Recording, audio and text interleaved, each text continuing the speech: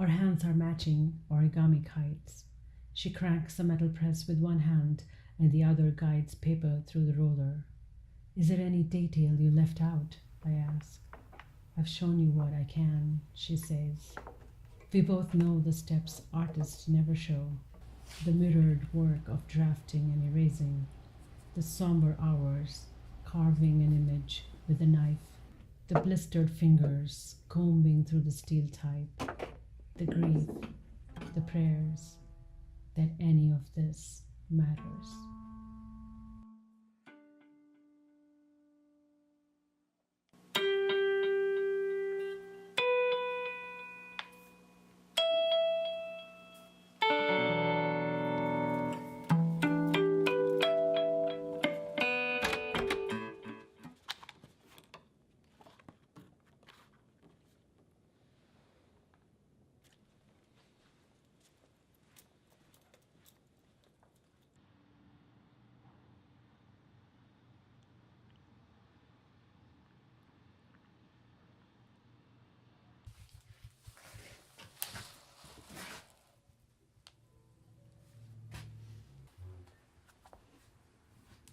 We don't start Okay. anything Right. because I like that also.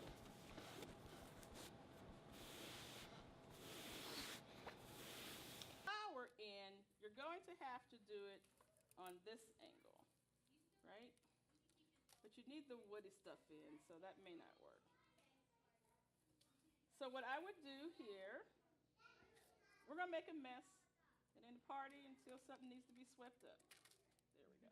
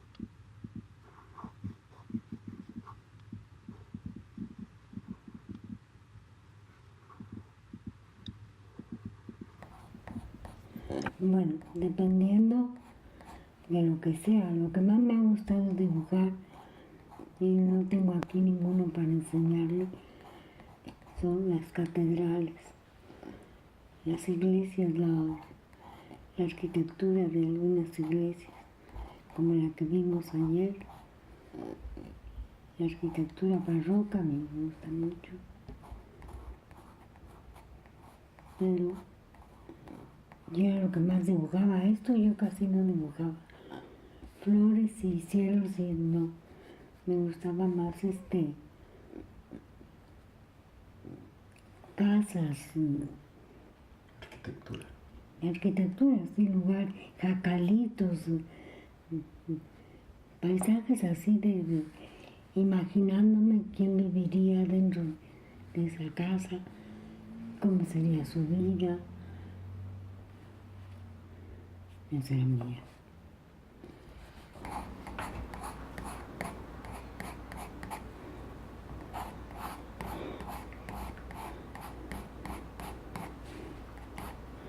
Ya no fue algo que imaginé, pero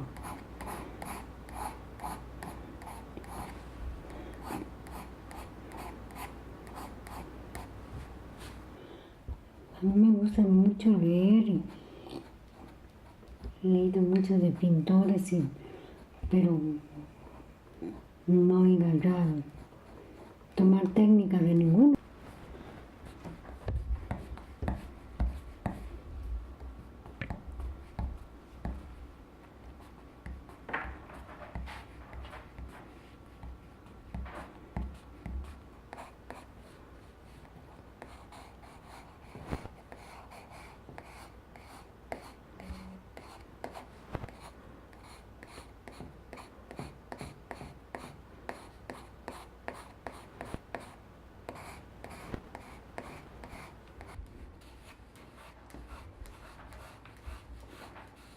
Tú me vas a echar a perder el dibujo. Tú haz lo que quieras, mamita. Tú échalo a perder y después dibújalo como tú quieras.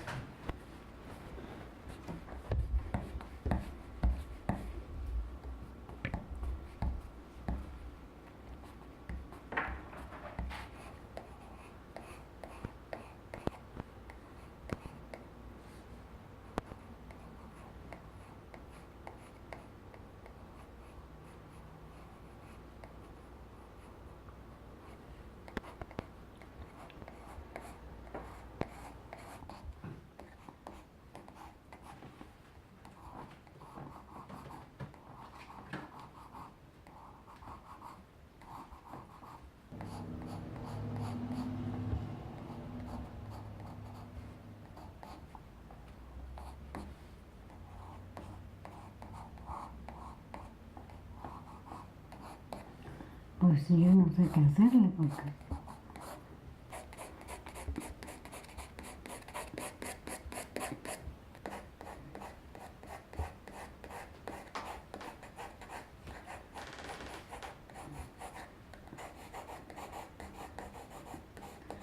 no sé cómo hacer la separación.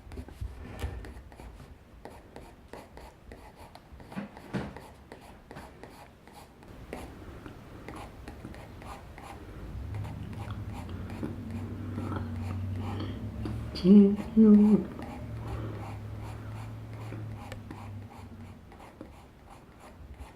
I've been working with paper since graduate school.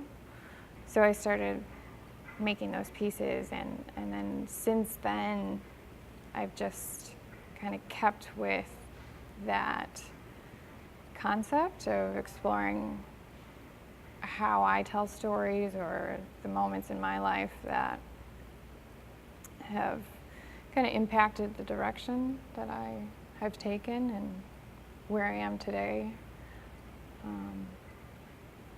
This technique is called plating, so it's just essentially weaving one strip into the next.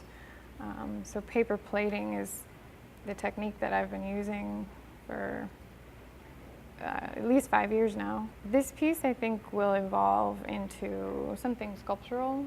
I usually do this technique and then I'll build on top of it, or I might paint on top of this, or I might embroider this or stitch into it somehow. For me, when I come to studio or I come to work with a piece like this or this technique, everything kind of slows down because the process is very slow, and I have kind of control over how these strips kind of go in between each other, and it's a long process, but that for me is the benefit of it, because there's so much going on in life and my job and relationships, and when I come to this, I can just focus. It just becomes part of my mental state where I'm relaxed. But I think in those moments, that's when I feel the most at ease, when I'm doing this process. Or the next step would becoming, the problem solving of what am I making and how am I going to do it, because there really isn't an instructional booklet on how to do this. So I have to do, one step at a time and see if it works, and if it doesn't, try it again. And there's a lot of experimentation that happens, which is part of why I love doing this, because I feel like I'm just curious about what I can do with the paper as a material.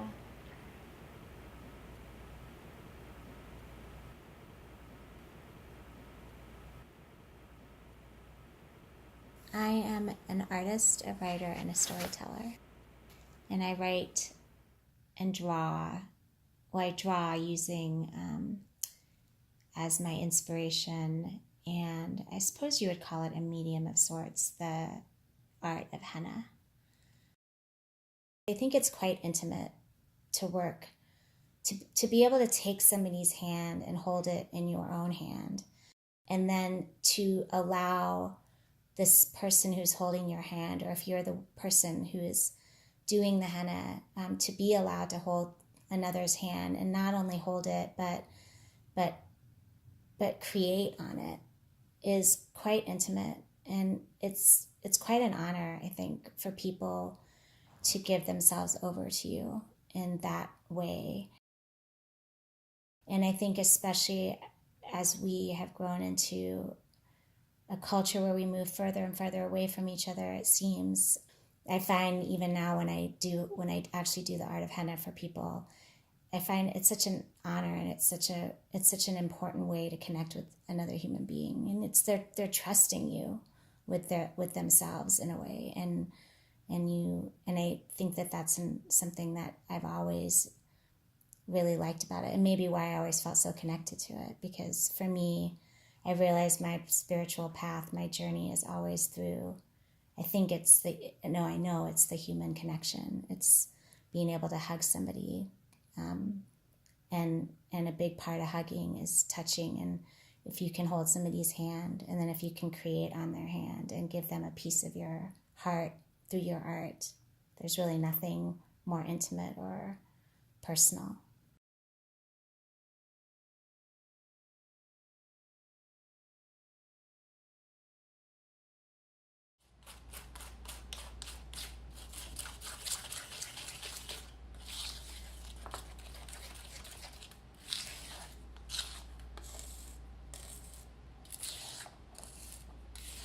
Well, I think it's just as a part of my identity. It's pretty much, when I think of a portrait of myself, I usually think of my hands as being a big part of that.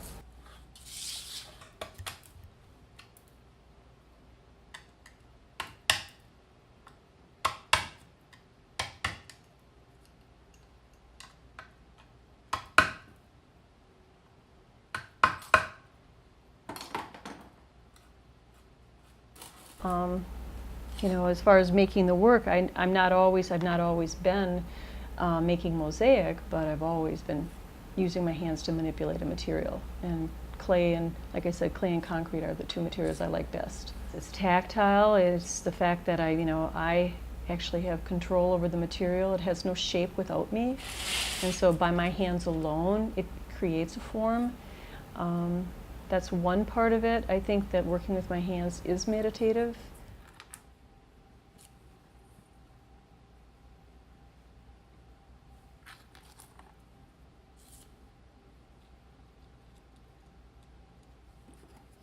It's very empowering to know that, again, I'm the one in control of the machine, I'm in control of the material.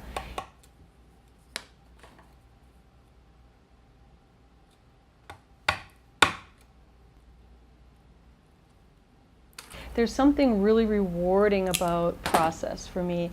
And process, if I'm not doing it, if I just send that off to some other place to do it, and it's out of my hands, it's out of my control, it's out of, you know, the human touch, so to speak, then it just isn't interesting to me.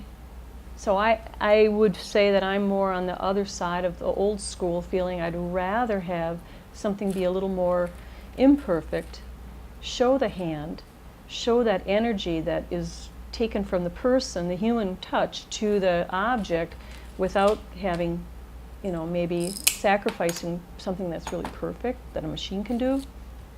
But then in that sense, I feel like it's losing the character, and you know, it doesn't feel like art to me, because art is really, really more from the artist than it is from what the object is that's being made.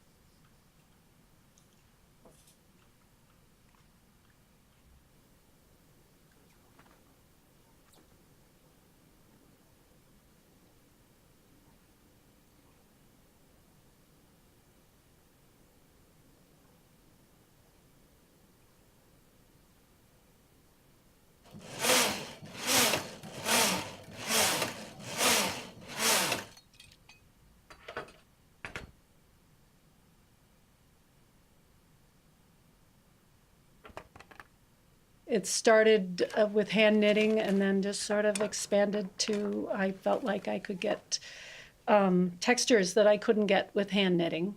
I could get with the machine, and I could also make yardage, which I was doing a lot of sculpture work. So it was nice to be able to knit a lot of yardage, felt it, paint it, dye it, sculpt it, and feel like I could control the texture and the actual textile a lot more. So that's sort of where that started.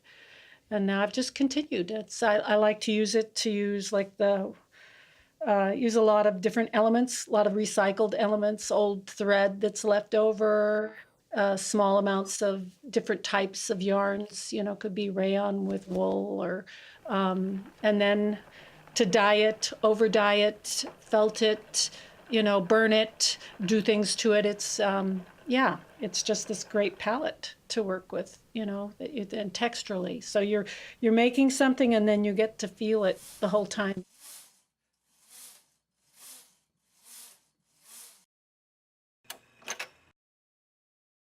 All right, let's see what would be a good one.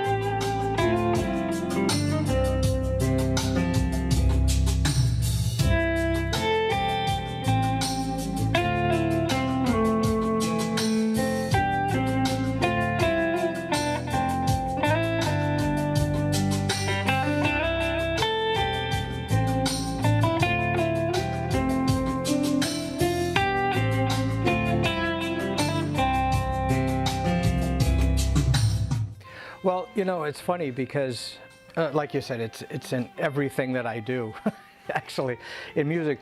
But when it comes directly to guitar playing, you know, it's funny, your brain has to work with your hands. So when you're working on things, you're working on scales that are just like, you know, just things like that. And you start learning how to play quicker. But you can't just do that with your brain. You can't just do that with your brain, you have to do that with your fingers. So there's all these little exercises you have to do with your hand on the guitar. And that's where that comes in handy. So, you know, my brother always said when we were first learning how to play guitar, make sure you use that little one. Because otherwise you won't be able to get very high, like, to get that note. Because a lot of people are just using almost these two. But I was,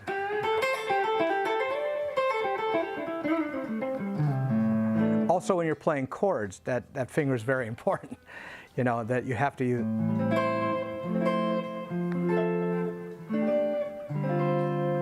So, but it shows you how important every finger is. Thumb as well. I do a lot of chords where I'm, and I couldn't do that without the thumb.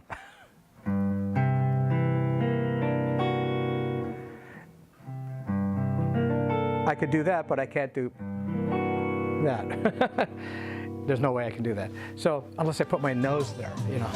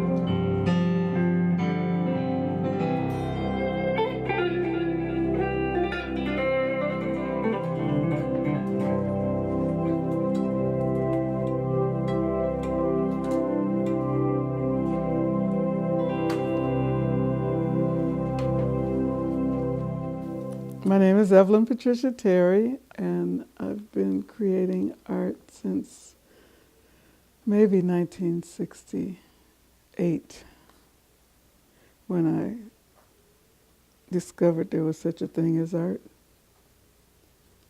attending UWM, intending to be maybe a home economics person, but didn't know what it was. And my mother told me to go do it because she could always get a job as a cook someplace, and I could take cooking there. And also I could sew really well. So she thought that would be a good thing for me to do, learn to sew. As an artist, I have to work with my hands. I do enjoy working with my hands because as an artist, I have to work with my hands. So I could tell you what I do. I'm a printmaker normally. So, but before that, the reason that I became an artist was basically because I liked to draw all the time. And it was just very, I don't know, it's just part of me. I can draw. So after that, when I got into school and I had a teacher at UWM in the home economics department, and she said, you know, I think you're an artist and maybe you should think about going into art. And I was like, my mother would kill me because why would I go into art? I have to get a degree. And she said, well, you can get a degree in art. And I was like, you kidding? Somebody will give you a degree for drawing? And she said, yes, they'll give you a degree for drawing. And I couldn't believe it. So I left her class. She showed me where the building was, where the art was. And I went over there, and when I walked in, it was like heaven. I was like, oh my God. It was somebody making a print, and that's what this is, a print. This is a silkscreen print, but at the time somebody was making I think they were doing prints on a press. So it's probably one of these kinds of prints, which is like an etching that's on here. So I had to change to art, but I flunked out of school. And the reason I flunked out was because I hated school. You know, I really don't know. I draw a lot, and I paint. And so I think I like everything that I actually end up doing, like making these books, probably because I'm making something. I once thought I have too much stuff in the house. I should stop making it. Nobody's buying it. At that time, they weren't. And I decided no more making things. Forget it. And I went to sleep and I was very sad, miserable. And so I woke up the next morning and said, well, maybe that's what you came to Earth to do, is to make. So why not just make and be happy? And so I started. After that was like 2 years ago, I just started making all kinds of things. And I do make a lot of different things. So, and it's all with my hands, of course, because I even write a lot. So the writing on the computer is the same as, that doesn't go there. It goes on the inside. The writing I'm doing on the computer, I like doing that too because I can type, and I had to take typing in high school. So all of these books have these words, like even, this is the other way that I do them with color. But this one doesn't have the words in it. I'm trying to see, I think there was one downstairs that had the words in it, but I'm not sure. But then when I put these in, I just write the words. Yeah, I think the one downstairs on the table has the words in colors. But I'll just write on each page a couple, like in the lighter places, so they can be seen, and maybe up and down more than these kind of, on these black and white ones, the words meander around the images.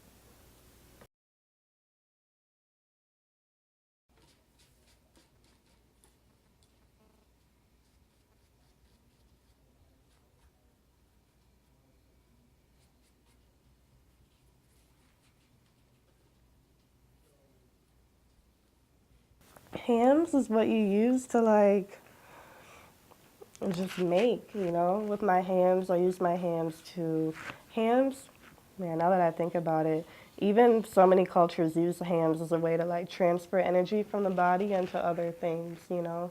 Reiki healing is the use of transferring energy from your hands onto another body part to heal the body. I think that's what I do with making artwork, you know. The art, it's like you can't pinpoint a physical place on me where the art really comes from, but if it had to be anywhere, it would be from the hands. The hands didn't like, you know, make up the idea of the art, but the hands, you know, the body is a vessel for all of this to come through. So hands, you know, I use my hands to make art, use my hands to cook food. Food is healing. Use my hands to plant seeds, to grow nature. Hands are really powerful.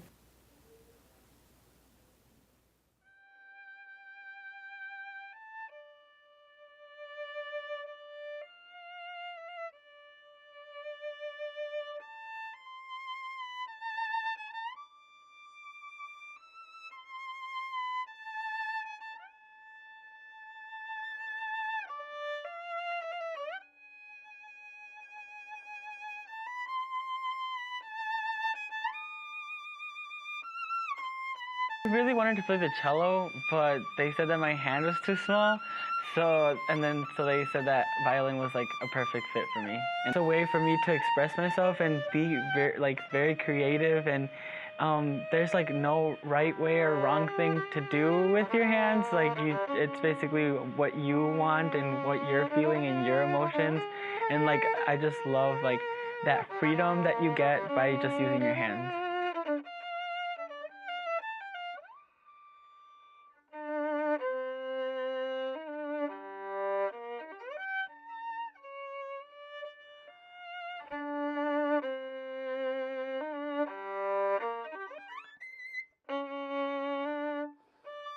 And then I love like using my hands because then like the end result is just so beautiful because you get to see a part of me and what I was feeling during that specific time.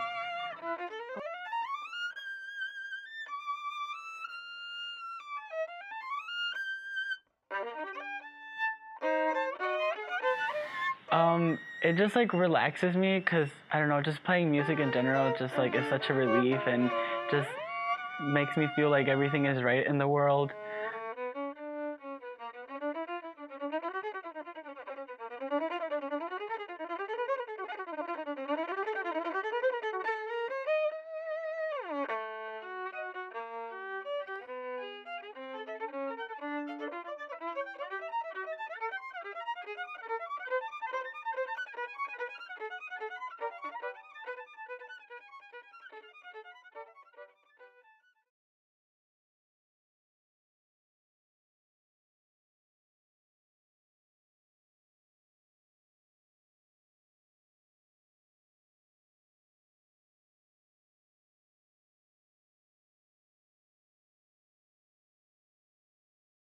I'm Melissa Dorn Richards. I am primarily a painter and a sculptor.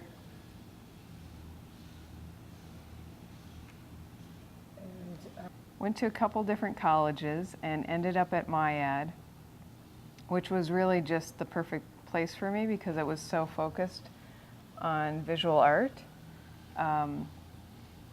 And I just found that I could really express myself and get to, when I was there, I got to understand what I was trying to say.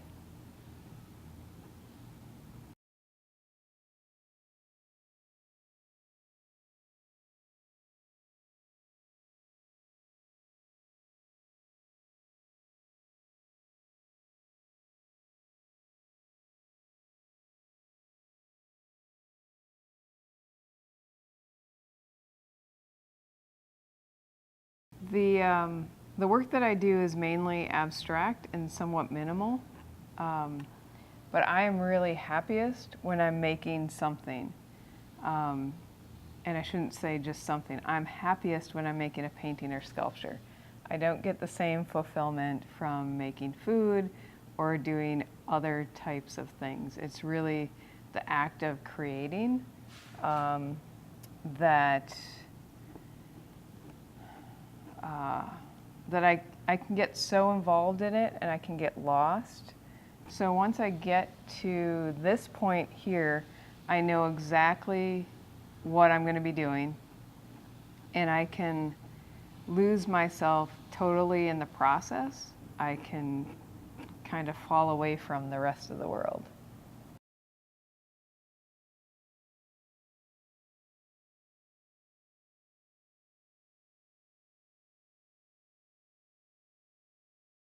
I'm a bookmaker, among other things, and I'm going to make a really simple book.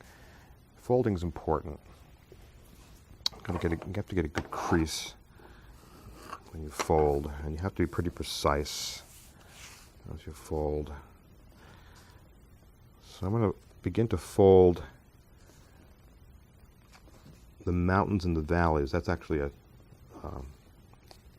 technical term, mountains and valleys, to bind my signatures into. A signature is a gathering of folded paper.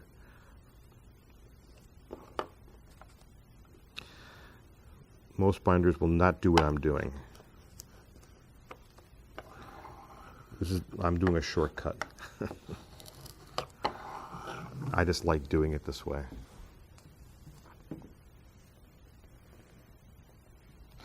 So I'm trying to get the edges nice and aligned so that the folds are pretty precise.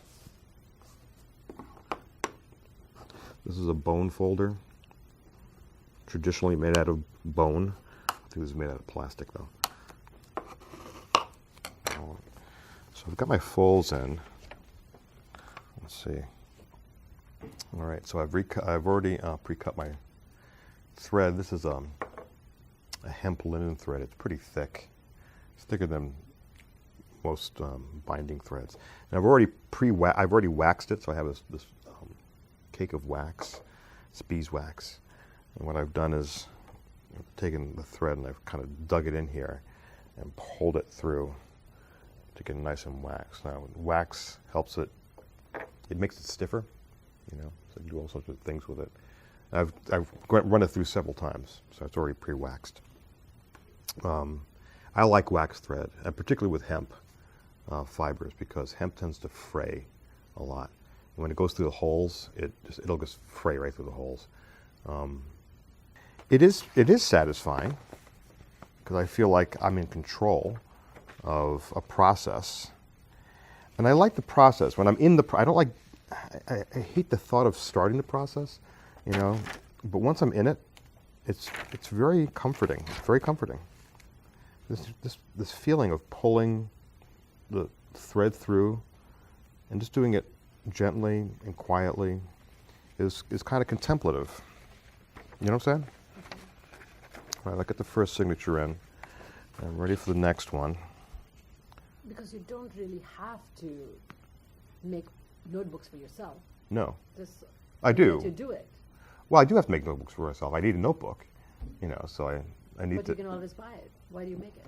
It's cheaper, and I made it. I have control over the cover and the paper, and I can, you know, and I maybe sometimes I don't even think about the cover and the paper. Sometimes I just want to. I need something quick and dirty, and there it is. Boom, and it's a book. And this is a lot of pages. I mean, this could last a long time. And I was doing this really slowly. If I was in a hurry, I can make this much in less than half the time. All right, process complete. Unfortunately, one signature is wrong.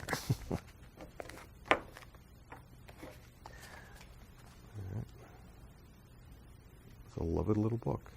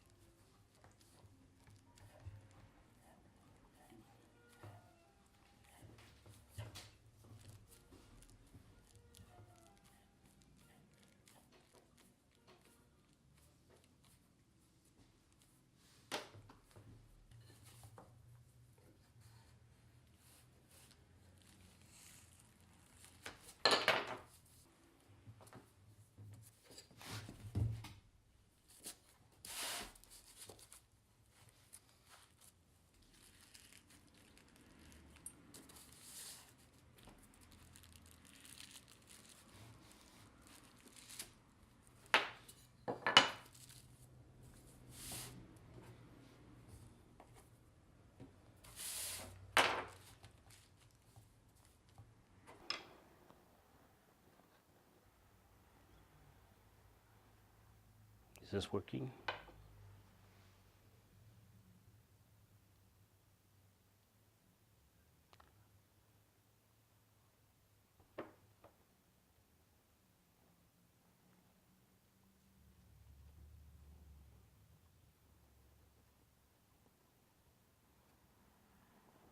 This isn't going to be anything.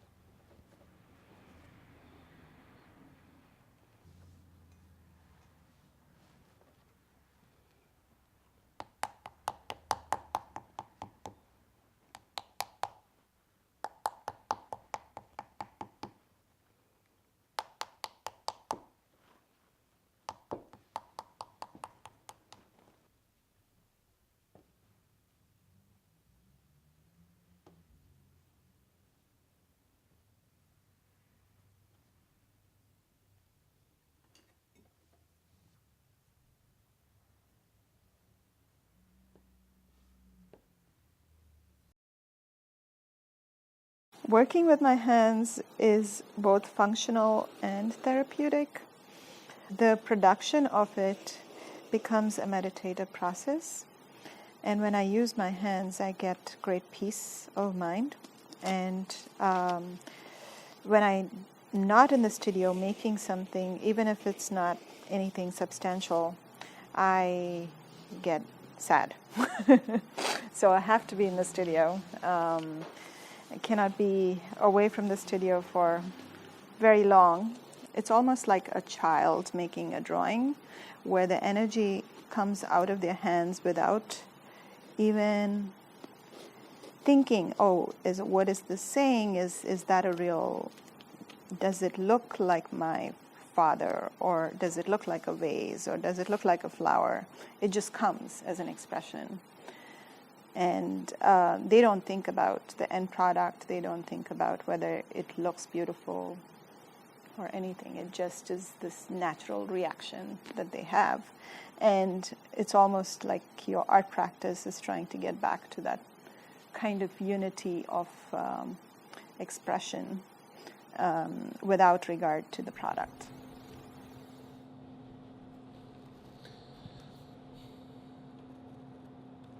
I'd call my profession a furniture builder, a cabinet maker, carpenter.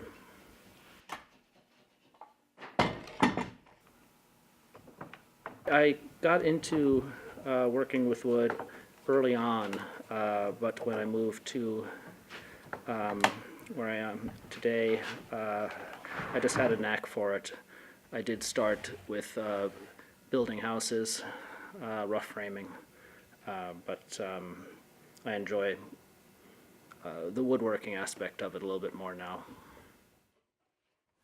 Well, I definitely enjoyed working with my hands, but it's not just the working with the hands, it's coming up with furniture designs, making the designs come to life.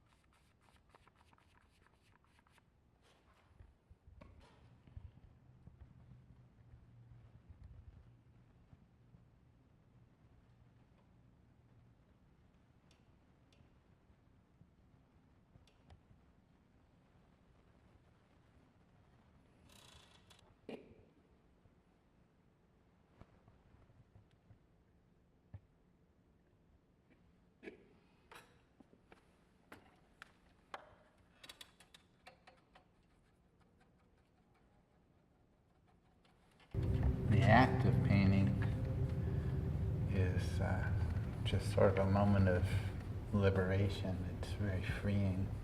It's very contemplative. Easy to get lost as you paint. You sort of forget where you are and what you're doing, and sometimes if you're painting like late at night, you don't really even know what you're doing. You're just working because you don't have to think. It's involuntary. But then when you stop and you turn in for the night, in the morning you can't wait to see what you did. So I always say that sort of creative surprise is one of the reasons I paint, is just the need to be surprised. It's sort of creative surprise, astonished by what happened in a state of sort of semi-involuntary creation, I guess. I think of it like this. It's a long time ago, a friend of mine told me, he said, I have a will to form and a will to inform. And I feel like I sort of share that, or I've discovered that along the way. And they're equally important to me.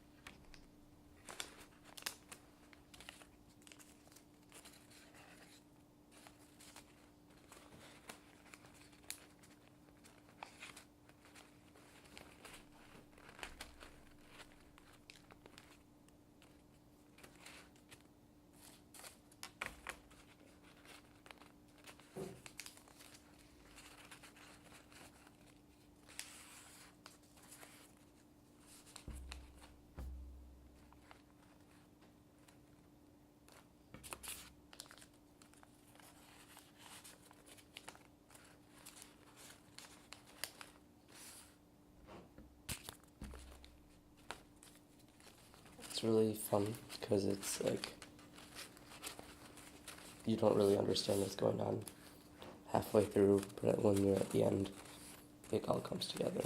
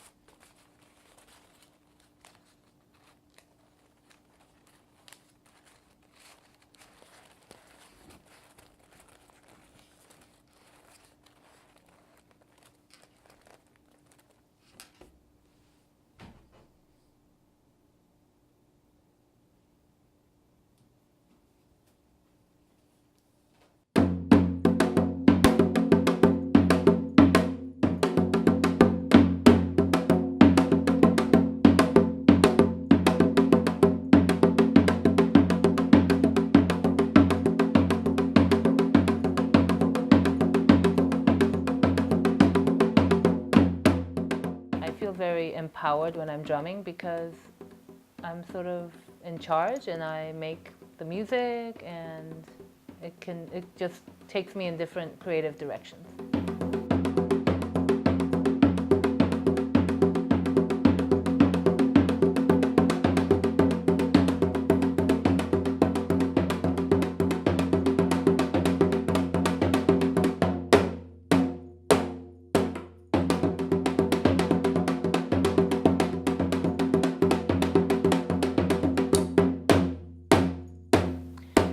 My name is Sehee Chang, and I am a traditional Korean drummer living in Milwaukee.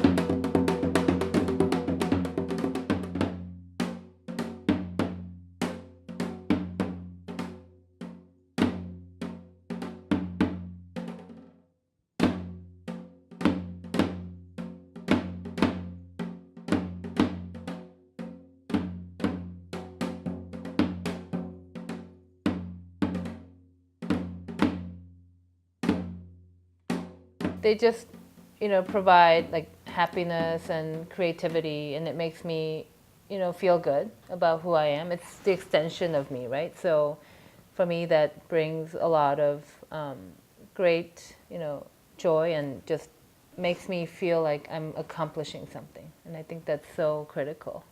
Your hands have to also hold the sticks a certain way, and you really, your hands sort of the driving force, right, behind your music. There's another great example. When I make my kimchi, I always think of my grandmother or my mother, because in Korea we have this really important saying that you taste your food with your hands, not with your mouth or your tongue. It's called sonmat, and so that means a very good cook who knows what she or he is doing can taste the food with the hands. Okay, so that's what happens when you process kimchi or you make Korean food. And I think that can also literally translate into, you know, creating music, right, with your hands, right? And think about all the other drummers, like African drummers who are playing the djembe, or Latin drummers, right? They're constantly feeling their drums, right? And I think that's what the hands do for you. They really feel and touch and somehow create that experience.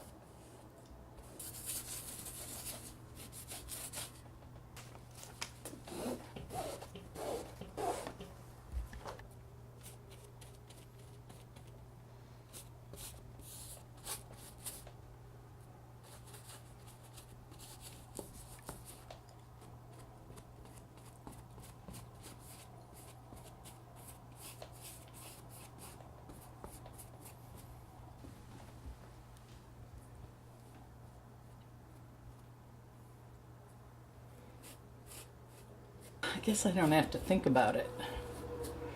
And it makes me feel useful, because a lot of what I do is more mind involved when I'm tutoring or, reading or writing. It's a little more mind driven. But this, I just go. When you're creating a painting or photograph, mixed media, whatever it is that you work on, just, it's on your terms. You're not doing it for anybody else's terms.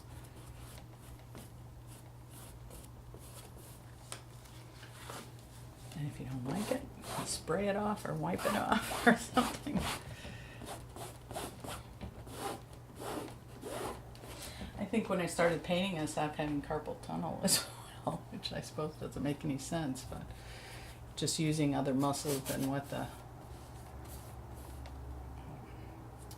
using the computer where I do my digital art does.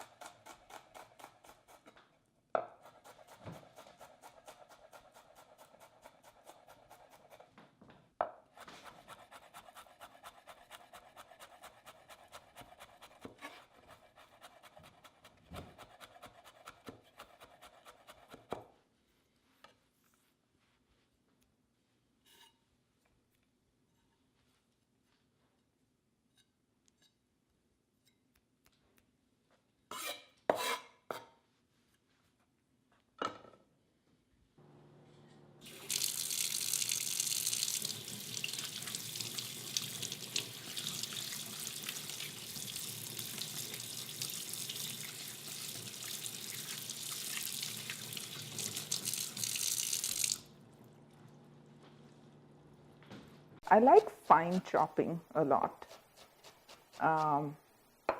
It's a little meditative for me. And also, there's something like just nice about seeing the finely chopped stuff. There's something like elegant about it that I like. And also sometimes I tend to get a little OCD about things, and I think that's also part of it, to kind of have that control over something. It feels like you're controlling something, you're finally chopping it into these perfect shapes and perfect sizes, and the consistency and evenness of it. I like that.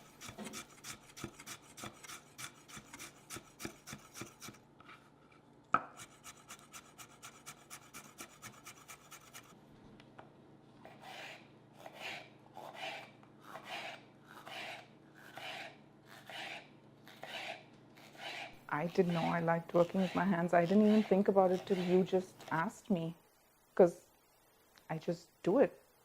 I don't think about why I like doing it.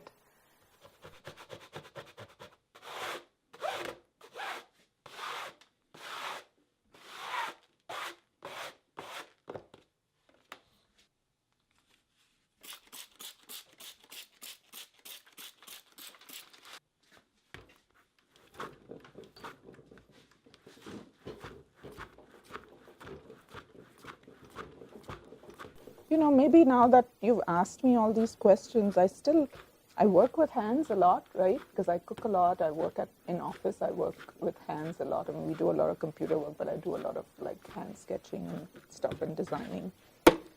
So I miss it. I miss kind of the end products of it.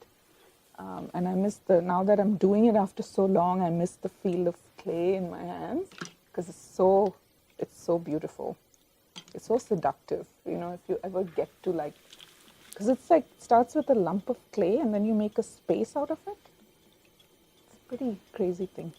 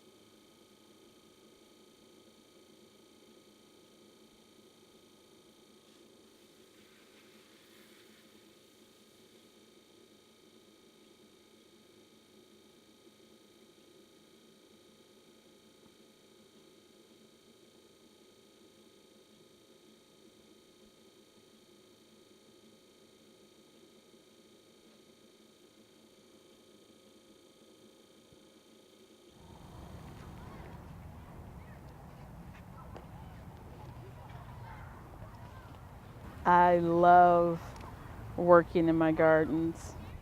I like working in other people's gardens. I love being out and about.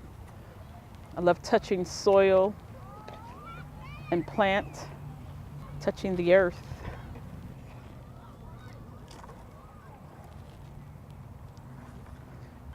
I think more than anything, along with all of the wonderful things that come from it, it makes me feel so connected to every person who came before me. So working the soil and working the land is real ancestral for me. You know, so I can be here in the garden doing just this, and then there might be an argument, a disruption of some kind outside of the fence.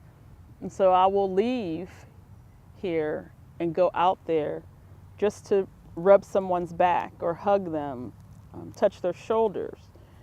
And never has that person not received that, not stopped me.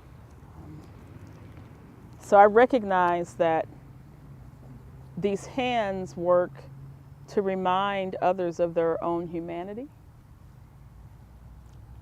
And it's a really important part of who I am and what I do. And there's a lot of risk in that.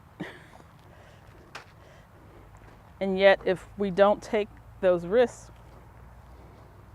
nothing ever changes.